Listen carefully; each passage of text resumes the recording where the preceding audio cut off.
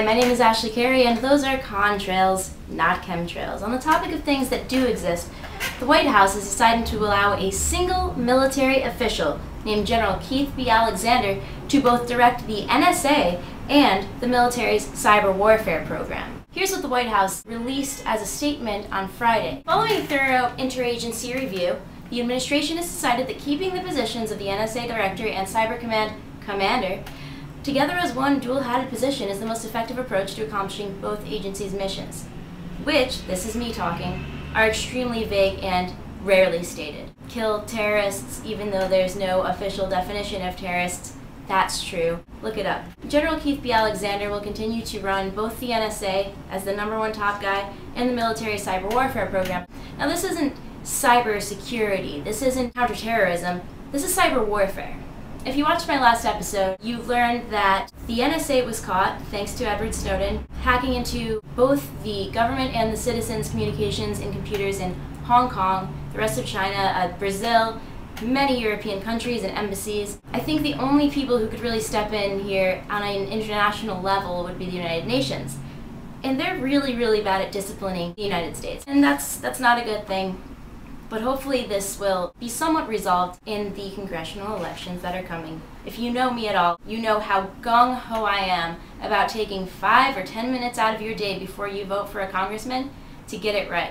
You may be jaded out of your mind from years and years and millions of words of lies told to you by our government. It happens. I don't blame you for being jaded. But I can tell you that the only way to fix this is to stop.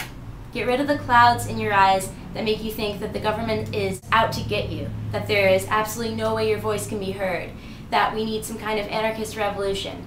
Let's talk on a real scale of real people, real things in America as it is now. If we want to elicit change, we need to elect different people. We need to elect representatives that we can trust. I know, it's a mind-blowing concept. It's been impossible for years. But we have to be a little more stringent and a little more picky about who we allow into office. I know a lot of people my age that don't vote. That needs to stop too, because the people that do vote don't do a very good job at it. We're also going to be talking about a judge named Adams. 2 years ago, a video was released from a hidden camera his daughter planted of the judge beating the ever-loving crap out of her for downloading some video game music from Kazaa file sharing program. The girl has cerebral palsy, so not only is he beating his child, he's beating his disabled child. I'm here with Anna Peel, who is a mother herself in Los Angeles, and she was born and raised in Texas. Anna, you know of this story. What do you know about it? The judge was on paid suspension for a year, and then his suspension ended in September of 2012. In 2012, he started taking cases again. He got a warning, and he was not allowed to preside over physical abuse cases. Now he's going to be up for re-election in 2014. Do you consider what he did an unusual form of physical punishment? I did not find it reasonable. In Texas, the use of force as a punishment by a parent or guardian is allowed as long as a reasonable person would find the force necessary. I did not find that force necessary. Personally, no. I think that people in our generation, 20s and 30s, we may have experienced this as children growing up. Our parents experienced it, their parents experienced it. But I think now we just know more about the harmful effects that this can have. I mean, when we were kids, our parents didn't have internet, It's just, we know now. The knowledge is there, the information is there, and it's readily available.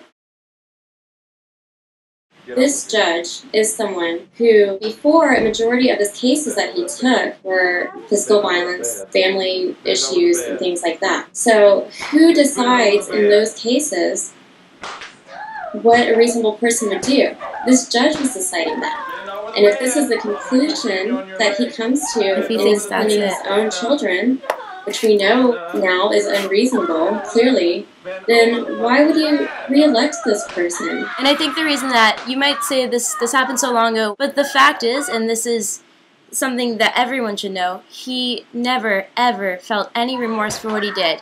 He said right away, he saw the video, and he said, yeah, that's me. I lost my temper. It happens.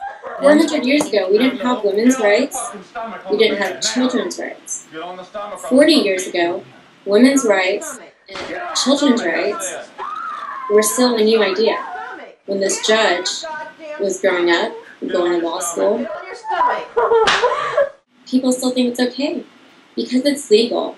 There's more and more cases where it's being questioned what's reasonable when using physical force, and this is something of the past. Yeah, I think the reasons to use corporal punishment on a child will become fewer and fewer until they're all gone.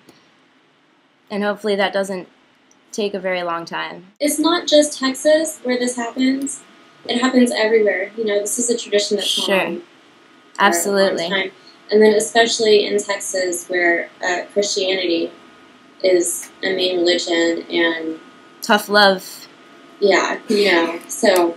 Thanks, Anna. This is a great talk. I appreciate your insight as a former Texan, as a born and bred Texan, and a person who studies law. All right, thanks for watching this episode of BTI Politics.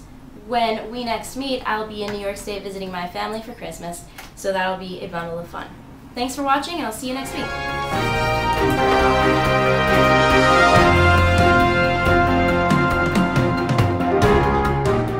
Spankings, whoopings, whatever they're called.